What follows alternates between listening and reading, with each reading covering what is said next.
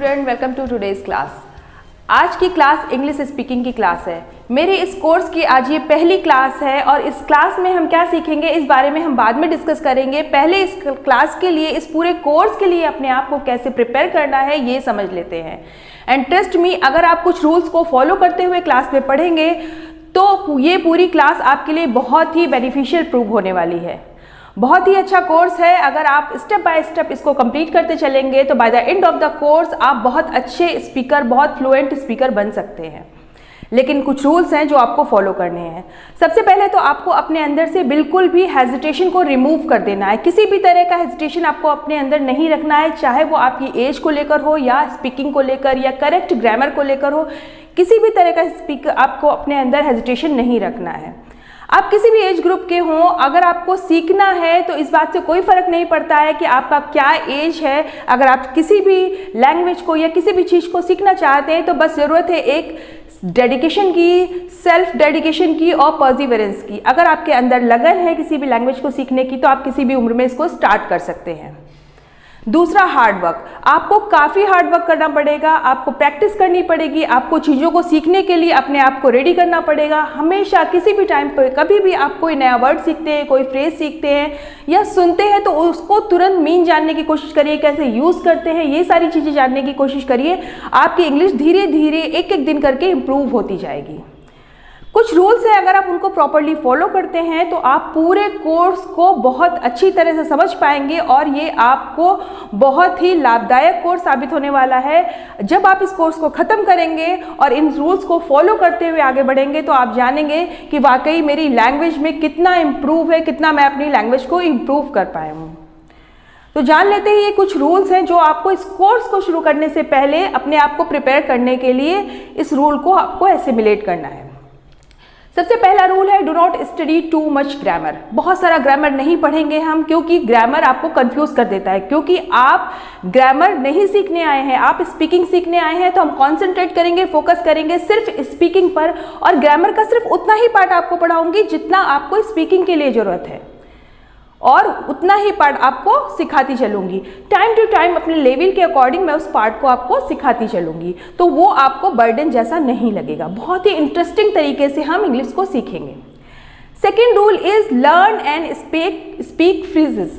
Phrases क्या होते हैं ये जानना है। फ्रेजेस क्या होते हैं? Phrases is a set of words, छोटे छोटे वर्ड्स का ग्रुप होता है जो आपको अपने स्पीकिंग में बोलना है। भले ही आप हिंदी स्पीकर हो, पूरा सेंटेंस आप हिंदी में बोल रहे हो, लेकिन एक दो फ्रेजेस अगर आप यूज़ करते हैं तो आपकी लैंग्वेज काफ़ी इंप्रेसिव लगने लगती है।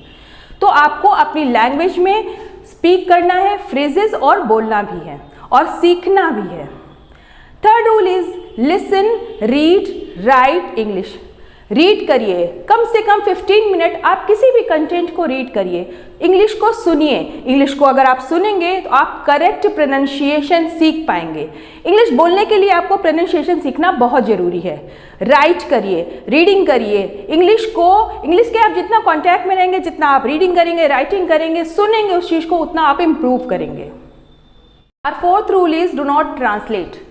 आप हिंदी स्पीकर हैं या किसी भी लैंग्वेज को बोलते हैं, ऑब्वियसली हम लोगों के लिए इंग्लिश एक सेकंड लैंग्वेज है। तो जो आपकी फर्स्ट लैंग्वेज है उसमें इंग्लिश को ट्रांसलेट करने की कोशिश मत करिए, क्योंकि अगर आप अपनी लैंग्वेज में इंग्लिश को ट्रांसलेट करेंगे तो वो गलत हो सकता है, कुछ का कुछ मीनिंग निकल सकता है या कभी कभी उसका कोई मीनिंग ही नहीं निकलता है। तो इसलिए अपनी लैंग्वेज में आप इंग्लिश को ट्रांसलेट करने की बिल्कुल कोशिश मत करिए। राइट, तो हमें ट्रांसलेट नहीं करना है। इंग्लिश एक अलग लैंग्वेज है, एक सेकंड लैंग्वेज है हमारे लिए। इंग्लिश को इंग्लिश की तरह सीखना है, उसके इडियम्स अलग है, प्रोवर्ब्स अलग है, उसके फ्रेजेस अलग हैं, तो उसको हम उस तरह से सीखेंगे। ऑर्डर ऑफ सेंटेंसेस भी आप देखते हैं हिंदी और इंग्लिश का अलग अलग होता है। जो हम हिंदी में बोलते हैं एग्जैक्ट इंग्लिश में हम उसी ऑर्डर में नहीं लिखते हैं या नहीं बोलते हैं। तो हम बिल्कुल भी दोनों लैंग्वेज को मिक्स नहीं करेंगे। हम इंग्लिश को इंग्लिश की तरह सीखेंगे और उसको उसी के हिसाब से बात करेंगे, उसी के हिसाब से बोलेंगे। फिफ्थ एंड बहुत ही इंपॉर्टेंट रोल है, बहुत ही अच्छा ये हमारा रूल है, that is the more you speak the more you learn. Means speaking practice. जितना ज़्यादा आप बोलेंगे उतना ज़्यादा आप सीखेंगे। आपके पास 24 आवर्स होते हैं, आप 24 आवर्स में जिस चीज़ की सबसे ज़्यादा प्रैक्टिस करते हैं उस नेक्स्ट डे आपको उसी चीज़ पर इम्प्रूवमेंट दिखता है। तो आप अपने आप को 48 आवर्स दीजिए और इन 48 आवर्स में आप बार बार इंग्लिश प्रैक्टिस करिए, इंग्लिश स्पीकिंग की प्रैक्टिस करिए। ट्रस्ट मी, आफ्टर 48 आवर्स आप इम्प्रूवमेंट देखेंगे अपने आप में। आपको लगेगा कि आप में जो इंग्लिश सीखने की इच्छा है वो और बढ़ गई है, क्योंकि आपको थोड़ा थोड़ा आने लगा है। और जब आप सीखने लग जाते हैं तो उस चीज़ में आपको मेहनत करने की इच्छा और बढ़ जाती है। आप काफ़ी हार्डवर्क करिए, इंग्लिश को सुनिए, इंग्लिश को बोलिए, सबसे ज़्यादा प्रैक्टिस इंग्लिश पर करिए, मिरर प्रैक्टिस करिए। आपको कोई फ्रेंड है तो उससे इंग्लिश में बात करने की कोशिश करिए, नो मैटर आप गलत बोल रहे हैं, ग्रामेटिकली इनकरेक्ट है या फिर आपका प्रोनाउंसिएशन सही नहीं है, आप इस चीज़ की बिल्कुल फिक्र मत करिए। आप ब्रोकन लैंग्वेज में ही सही लेकिन स्पीक करिए। जितना ज़्यादा आप स्पीक करेंगे उतना ज़्यादा आप इंग्लिश को सीखते जाएंगे। और जब तक ये कोर्स पूरा होगा तब तक ट्रस्ट में आप बहुत अच्छे स्पीकर बन जाएंगे। तो अगर आप इन 5 रूल्स को फॉलो करेंगे तो by the end of the course आप एक अच्छे स्पीकर बन सकते हैं। लेकिन ज़रूरत है आपके डेडिकेशन की, आपके परसिवरेंस की। तो मैं आज आपको अपने कोर्स के बारे में समझा देती हूँ कि हम इस कोर्स को किस तरह से लेके चलेंगे। मैंने अपने कोर्स को 3 पार्ट में डिवाइड किया है, basic level, intermediate level and advance level. Basic level में हम बहुत छोटी छोटी चीज़ें सीखेंगे। हो सकता है ये चीज़ें आपको पहले से ही पता हो, लेकिन उन चीज़ों को लेकर ही हम आगे बढ़ेंगे, तभी बिगनर्स के लिए ये बेनिफिशियल प्रूफ होगी।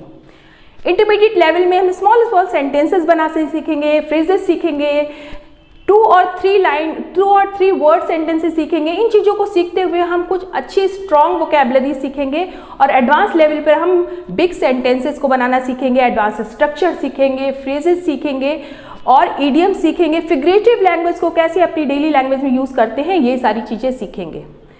और इन तीनों लेवल को पार करने के बाद हम बहुत अच्छा स्पीक करने लग जाएंगे।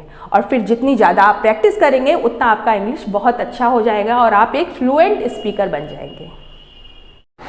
कोर्स स्टार्ट होगा मॉड्यूल 1 से। मॉड्यूल 1 में हम सीखेंगे मीट एंड ग्रीट। ये हमारा पहला टॉपिक है, मीट एंड ग्रीट। जब हम किसी से मिलते हैं तो हम उसको कैसे अभिवादन करते हैं, कैसे ग्रीटिंग करते हैं, कैसे उससे बात शुरू करते हैं, ये सारी चीज़ें हम सीखेंगे। जब हम किसी से मिलते हैं तो या तो वो हमारा फ्रेंड होता है या हमारे कोवर्कर्स होते हैं या हमारे बॉस या मैनेजर या प्रिंसिपल होते हैं। तो इन लोगों से बात करने का तरीका अलग होता है। जब हम अपने दोस्तों से, अपने रिलेटिव से बात करते हैं तो हम इनफॉर्मल ग्रीटिंग्स यूज़ करते हैं। और जब हम अपने बॉस से, अपने मैनेजर से, अपने प्रिंसिपल से या अपने ऑफिस में किसी से बात करते हैं हम फॉर्मल तरीका यूज़ करते हैं, मीन्स फॉर्मल ग्रीटिंग्स यूज़ करते हैं। तो दोनों तरीके अलग अलग होते हैं। आज के मीट एंड ग्रीट टॉपिक में हम इन दोनों तरीकों से ग्रीटिंग करना सीखेंगे। ग्रीटिंग करना मतलब होता है अभिवादन करना।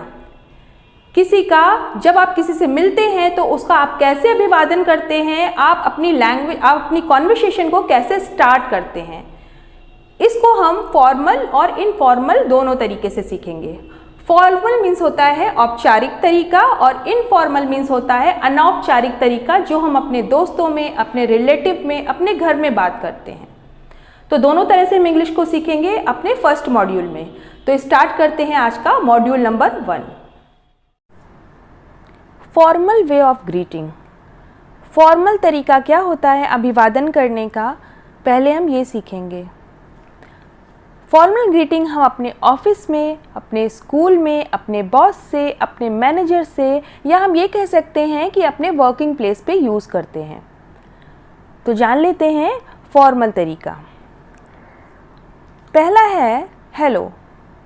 हेलो, हेलो को हम हिंदी में बोलते हैं नमस्ते, और इसको रिप्लाई करते हैं hello, good to see you.